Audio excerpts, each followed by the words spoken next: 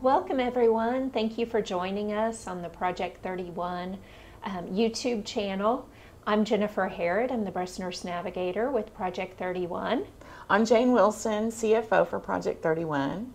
Today we're going to talk about trying to find meaning during and after your breast cancer journey.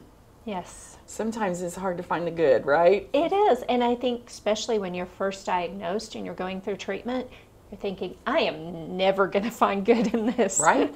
It's just a whole bunch of yuck at the Yes, beginning. yes. It's scary, it's overwhelming, it's all the things. But time's a good teacher. It is. Perspective. And a good healer as well. Can be. So what did you, in your research and just your journey, what did you find that was meaningful? I think redefining what cancer means in my life was something that I really had to look at and think about. And it was really after I was over the hump of my diagnosis and my treatment. See how your priorities have changed in your life. For my priorities, I was so focused before cancer on, I'm going to run all these marathons. I'm going to get to the top in my career. I'm going to, and it was just all about those things, accomplishments. And after breast cancer, it was, no, I need to stop. I need to slow down. And my family and friends are my priority. And just slowing down to enjoy life. So I think that kind of refocused that priority aspect of my life with cancer. I'll never forget sitting in a staff meeting one day, and I had, probably just come from the doctor that day, and I guess I was, that first year, you're just at the doctor all the time, and they were talking, that whoever was leading the staff meeting was griping about something that seemed so insignificant and really berating the staff, like it was not a good staff meeting. Wow. It was not a beneficial staff meeting. And I just remember sitting there thinking, what a giant freaking waste of time this is in my life, to sit here and hear all this negativity. Like I don't need to be a part of it. I don't need to be berated over something that honestly doesn't matter. In the whole scheme of things, whatever he was talking about did not matter. So priorities shift quickly. They do. They really do. And also finding what gives your life meaning. I mean, and mine has changed. For me, talking about the job and talking about, getting to the top really isn't as important. Helping women going through breast cancer really shifted into what gives my life meaning. Well, and I think for you, you were able to accomplish that in a way that you probably never would have considered. Yeah, We're not even a medical organization. Yeah, it was completely a God thing. Right? It was. I was working in the operating room. I loved working in the operating room. Yeah. And then it just shifted after I started mentoring and talking to ladies with Project 31 and leading groups. It just shifted. As a volunteer. Yes. Because you were still working. You were still doing, and you had a pretty prestigious job. The last job you left was, you were pretty high up the ladder. Right. So, you give up those things because they're not giving you the meaning to life that you really want. Sometimes money is not. Sometimes money and a title is not everything it seems to be, right? No. God sometimes calls us to other things. It's true. It's true. Yeah, finding purpose in your pain, I think, that's a common theme for cancer patients, I think. Because there's so much pain related to having cancer that it can't just be, in my mind, it can't just be for nothing, right? What am at least I supposed to learn about this, at minimum? What is God teaching me? Not that God gave me the cancer, but there's something to be learned in every aspect of life, right? So what am I here to learn about? And even if it's just to learn about me, right? Or learn about the goodness of God. And the goodness of others that come to help. The goodness of others, yeah. And I don't know, for me, it was also giving myself grace. Because I think as women, we beat ourselves up so much that we have to be perfect. We have to, so I think just giving yourself grace. Totally. And one thing I learned real early on is I hear people say, I learned how to give up control. No, I learned to give up the illusion that I had any control. Right. I didn't have control at all. I thought I had control, right. but I did not have control. And I learned that quickly when the first year I had 130 doctor visits. That's what was control of my life, was 130 doctor visits that year, you know. So I gave up the illusion that I had any control. Yeah. Because I didn't have any. And you gave yourself grace. And I think giving yourself grace to feel the emotions that you're going through. It's hard. Talk about those emotions. Very hard. It is. And I think that's where Project 31 helped me, because I was Superwoman. I was not going to cry. I was just going to keep on doing what I needed to do, take care of my patients, take care of my family. I walked into my first Project 31 meeting. I was like, okay, no, I need to feel my feels. Yeah. Yeah. And sometimes as women, we just do and do and do and go and go and go. And we don't sit well with our feelings. Right. And kind of unpack those like we should. Yeah. Just, it's easier to ignore them sometimes and just keep going. So, yeah, that's a good lesson. It really is. Hard lesson sometimes. Hard. Very hard for me. It was very hard. I think, and another thing that I learned was defining your cancer journey. So much of cancer, it controls our happens lives. To you. Yeah, and we let it control us. We let it define our journey in life. But you can choose to see cancer as a challenge and rise above it, defeat it. Don't let it take the things that bring you joy and happiness. Somebody asked me one time, what was the thing that surprised you most about cancer? It was about the people who came out of the woodwork to help. Yeah. Like, those were people who, in many occasions, were not my best friends. Right. They were acquaintances or business acquaintances even, not even like, went to church with or anything. And that really surprised me how much, if you let people in just a little bit, they'll show you that they care. They do. They do. And just redefine what your cancer journey is. Don't let your journey beat you down. Rise above it. Let you can shape and you can direct your own story. For sure.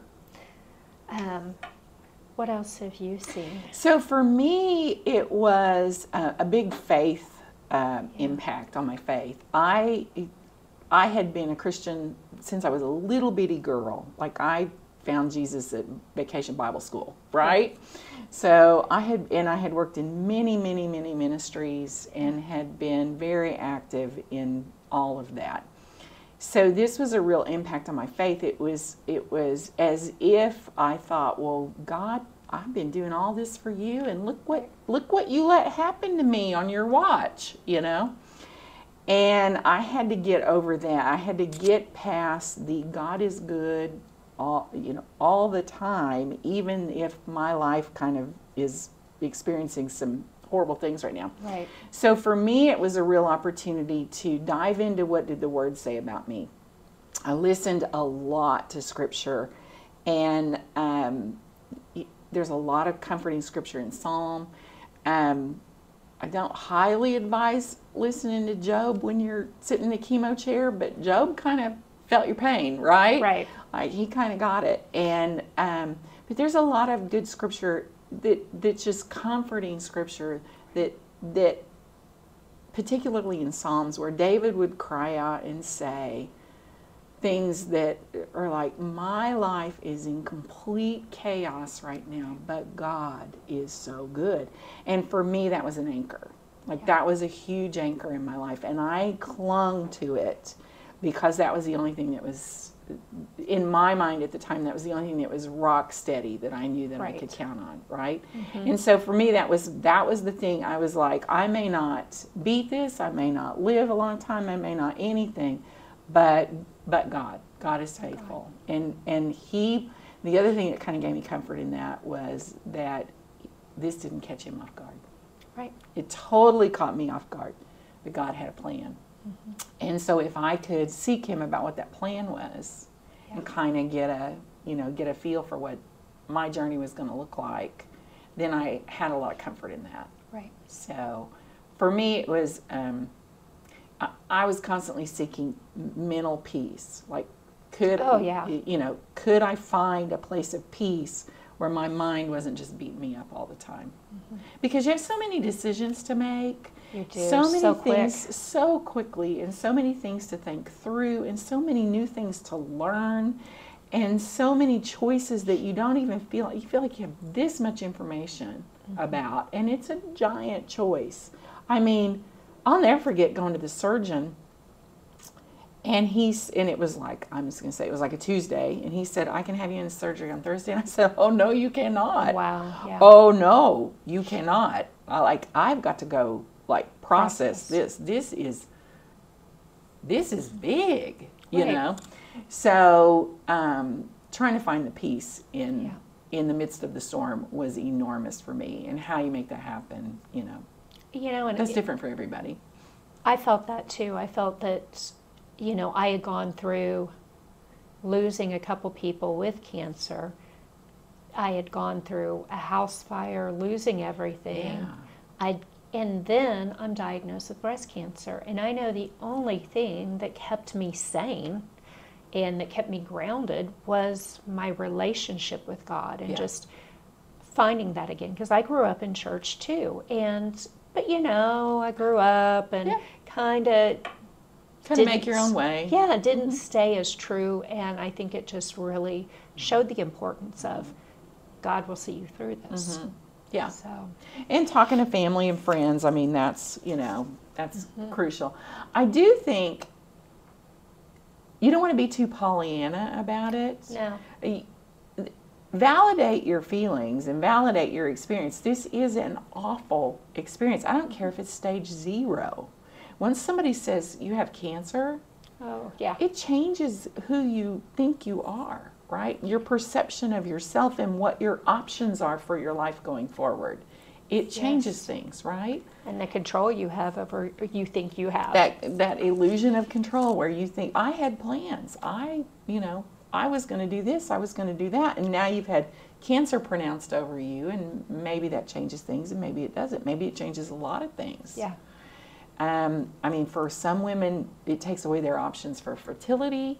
Mm-hmm. So now they can't be a mom the way they thought they were going to be a mom. They can't give birth maybe to children. You can still be a mom, but you can still be a mom, right? But for some women, it takes away some options, right? And that's a legitimate, don't just go, oh, well, I just don't have that option anymore. I mean, that's a big deal. You got to kind of validate those I got ripped off feelings, Yeah. How do you get past them is the key. How do you live with that reality in a positive way that's just not so toxic that it ruins the rest of your life, that it ruins what's good in your life. Right. Because there are still some good things, even when you have choices ripped away from you. And I think, one of the ways I was able to kind of focus on the good things and finding the joy again in my life and not letting the negative take control, doing a morning journal where, okay, I'm going to give myself 5 things that I'm happy for today. I'm going to find it. Some mornings you're just going, okay, I'm thankful for this warm cup of coffee, my warm comfy blanket, and my dog. Right. But taking the time each morning, and you'll find that reframes your day. It does. And it helps you find that meaning. Yes. And the meaning doesn't have to be some giant I'm changing the world purpose. No. Right? The meaning can be, like Jennifer, you were mentoring breast cancer patients. That had never been on your radar before. Oh, no. Right? No. That had never been on my radar. It never was on my radar. Yeah, I mean, who would have thought breast cancer? No, I didn't think I'd ever have you that. were a medical professional for many years prior to that. But that particular little area would never have occurred to you, right? No. So I think you can find, and is she changing the world? Well, yeah, but My world. Tiny piece of the world. You know, we don't all have giant platforms where we're, legislating and doing things that change it for hundreds of thousands of people. But I liken it to that starfish analogy, that when you're walking along the ocean and you get to throw the one in, and it matters for them, right? It does. And I think if you feel called by God to impact any area, not just breast cancer, but you do it for the ones that God presents to you, right? The people that come into your path. You can't necessarily meet everybody in the whole wide world that's had cancer, right? That's not a thing. That would be way overwhelming. Oh my God, there's not enough hours in the day. Not enough me. But you get to decide what that purpose is, and it doesn't have to be an enormous purpose or a purpose that changes thousands of lives to be meaningful, right? Like, you can find meaning in small things. I mean, like, even just getting to get up and see another beautiful sunrise or another beautiful sunset, like, that just blesses me. It doesn't bless anybody else. But I can find meaning in that. I can find purpose in that. I can connect emotionally, spiritually with my family, with God, with others by just that few moments. I mean, go to the lake. Come on. Right. Yes. Come on, somebody, Oh, yeah. Be out in the sunshine. Exactly. Take a walk, whatever. So what your meaning looks like doesn't have to be some giant purpose, right? It can be I'm going to be here for my family as long as possible, and I'm going to, enjoy that for as long as possible. That can be your meaning and your purpose. And it's a huge meaning. And it's giant, yeah. Especially being a mom. Oh my God, for sure. And I think prioritizing self-care is important, because I know we overlook that when we're busy. And when we're diagnosed with cancer, I think that needs to be another priority that we have to set for ourselves, is really self-care and finding that time to do that. Making that time. I mean, for me, like, I have to schedule it, or I will it's not going to show up on my calendar if I don't schedule it. The massage therapist is never going to call me and say, hey, where have you been? I wish they would. I wish they would. I wish they'd just put it on my calendar. But it's important to find that time for self-care. And, also, I think, don't underestimate the power of support.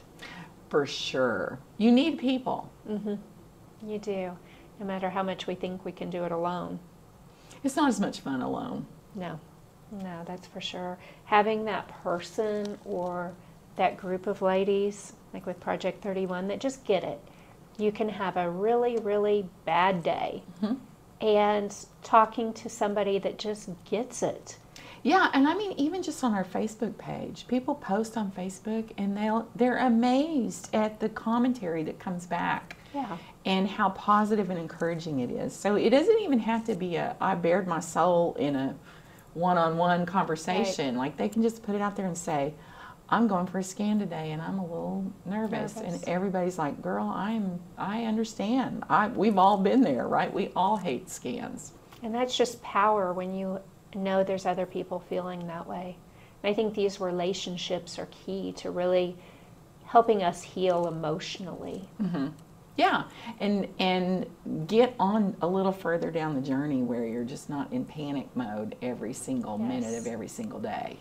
Because that's how I felt for the longest time. Like, just like I was on thin ice all the time, and like the least little thing was gonna just make me lose it. I was gonna cry, or I was gonna yell at somebody, or I was gonna, because I just was doing everything I could to keep it together. Everything I could to just keep from losing it, So support from others really helped. I mean, if I got a text or an email from somebody saying, or a phone call saying, praying for you today, you just came to mind, I would be like, oh God, okay. Thank you. Thank you, I need it, right? I'm losing it, so thank you. Exactly.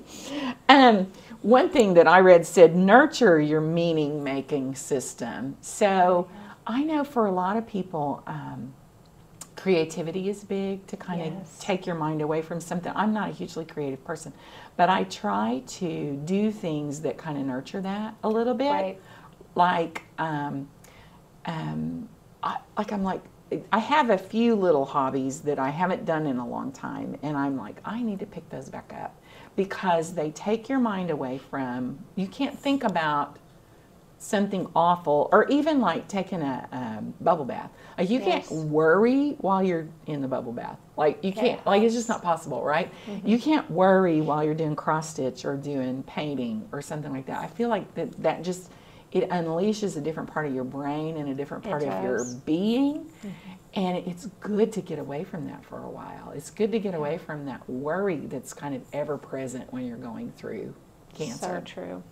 So true. So nurture that. Give yourself, even if it's just 15 minutes a day, give yourself, like I love to go sit out on my porch with a cup of coffee or a cup of hot tea and just listen to the birds, watch the squirrels, go along, see what, trees need to be cut down or whatever, but I'm not worrying about cancer when I do that. Like I'm enjoying the beauty. There was the most gorgeous sunset last night. Did you happen to see it? I didn't see it. It was crazy, ridiculously beautiful.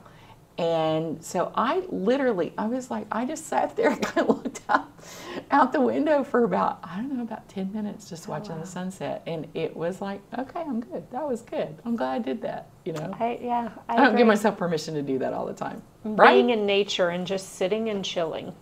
Yeah. It's good. It's good for you. I used to and I still do, walking my dog and just listening to the world and looking around and not seeing it like a chore. I gotta walk the dog. Just seeing it as something I get to do. Exactly. And I think that's reframing it and giving yourself permission to have that downtime. And it doesn't have to be 2 hours. Right? Just get out and get a little sunshine or 10 a little minutes, whatever. a little fresh air. Definitely. Be the author of your own story too.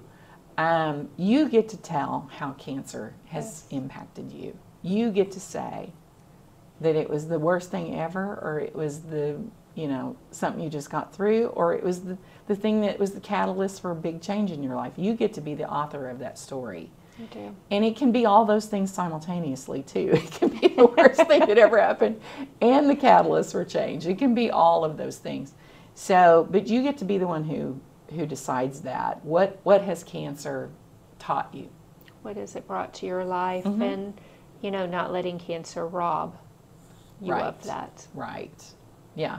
Try to hold fast to who you are and the meaningful things in your life. Don't let it be such a thief, because it can be a thief. Right. It can. For sure. And I mean, like you talked about the house fire too. I mean, you kind of had it bam, bam, bam. You had a lot of things right there, and you can just retreat at that point and sit in the corner and suck your thumb and say, life sucks and I can't catch a break, right? And there were a couple days I did that. Of course, and you wouldn't be normal if that didn't happen.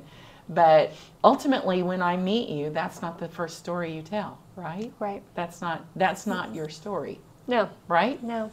It's part of your story. It's part of the story that shapes who you are, but it's not your life. It's not... You have so many other things, and I have so many other things, that was just a small portion. And I would say this is true, even if you're not going to ever get well. Even if cancer is with you until the day you die, you still get to author your story. You do. Of what your life, what meaning is in your life, and what benefits are still before you. So if you're alive today, you have meaning today, right? So even if you're not going to, if cancer is not going to be in your rearview mirror, right? And I would contend that once you've been diagnosed with cancer, I don't think it's ever fully out of your life. No, you kind of live with that forever. It's still sitting on your shoulder. It's very close, always. But you get to be the narrator in your movie. Yes, right? Exactly. Make your own movie. Make your own movie. What else? I think just finding what makes you you again. Yeah, that's good. I think. Like, did you lose that? Yeah, because I think you do kind of lose that for a while. And even if cancer didn't cause you to lose it, like sometimes we just lose touch. You're busy doing all the things and climbing the corporate ladder or being the mom or whatever, So sometimes you just lose touch with you. Yeah. Yeah, and they always talk about finding your new normal. There is definitely a new normal. And I think, yes, there is a new normal, but also remaining who you are. Yeah. And what gives you your core values, your core beliefs. And I know for me, I feel like having cancer brought me more empathy for people who were going through, I didn't have a medical background, so I wasn't around people who were sick all the time. And so people who had even just things like had surgery needed time to recoup. You know, there's the tendency in corporate America to say, well, you know, why do you need 2 weeks off from surgery? Can't you zoom in? Can't you this? Can't you that? Your body needs time to heal. And your emotions need time to heal. And robbing people from that time to heal pays off, but not in a good way later. Like, you don't get the best from them. And so it taught me how to give grace to others who needed a minute to recuperate from something. We had a situation at a church I was working at that a guy was struggling, and they put him on sabbatical for a while. And the tendency is to go, well, I'd like to have a sabbatical. I mean, shoot, I could take 6 weeks off and go to whatever, you know. But it really caused me to pause and go, if it's so bad that he needs that much time, then I wouldn't trade places with him for the world, right? Like, I don't care where he's going on his sabbatical. Like, it's bad. So it taught me empathy in a way that was different and new to me. You know, I just kind of saw it differently. I was like, oh, people need time. They do. People need a break. One thing I thought was that was good that I saw in this was focus on being, not just doing. Yeah. It's so easy to get caught up in the day-to-day business of life. Mm-hmm. You got to go to I mean, when I leave here today, I got to go to the grocery store. You know, I've got a pile of laundry. I'm going out of town this weekend. Like, I've got all these things that need to get checked off my task list. But sitting and watch that sunset for a minute last night was so much. It fed my soul way more than going to the grocery store is ever going to feed my soul. It'll feed my body, but it doesn't feed my soul. So you've got to figure out how to be. And even if how to be is while you're at the grocery store, you got a podcast in that's, you know, feeding your soul, right? So figure those things out. We don't get to just check out of life, because we're busy feeding our soul. But figure out how to be while you're doing, or not just, don't just do. Don't just do all the things, and then at the end of the night you're exhausted and you get up and just do it all again tomorrow. That's not the way to find yourself or your meaning. Or your meaning. Your meaning's not going to be found in that list of checklist, that task list. What else? That's pretty much all I think we've talked about, just about everything. I know. I think everybody's going to learn something out of their own cancer journey, and what you walk away with is so valid and part of the lesson that you needed to learn. That's sort of how I approached it, was like, I needed to know this. Now, could it have come another way? God, I wish it could have. I don't know that it could have, but I hope I learned the lessons I needed to learn out of cancer, right? So I don't have to learn them another way. I don't have to learn them again or another way, right? But giving yourself grace, I think, for a woman might be the biggest takeaway. Give yourself grace and just learn that it's going to be okay if you don't try to be Superwoman. Right? That is okay. And take care of yourself. Like, because if you take care of yourself, then by extension your family gets taken care of. Because if mama ain't happy, nobody's happy. That is so true. And if mama's exhausted, then people don't get stuff, the task list just goes in the trash anyhow, right? The groceries don't get bought, and the laundry doesn't get done, and all the things, right? Mm-hmm. So I think giving yourself permission to take that break. To take a break. I think that's a good lesson for cancer patients. Definitely. And is a meaningful takeaway. So definitely. Well, we're so glad you guys we hope you enjoyed it, but we're glad you joined us today for our little YouTube podcast. Hit the thumbs up and subscribe. We're going to release videos about once a week. And so we want you to come here and hopefully learn something. If you have a comment, we would love it if you put them in the comment section. We are eager and excited to find out what you're learning from these videos. So join us next time. Thanks for coming. Have a great day. Thanks. Bye-bye. Bye.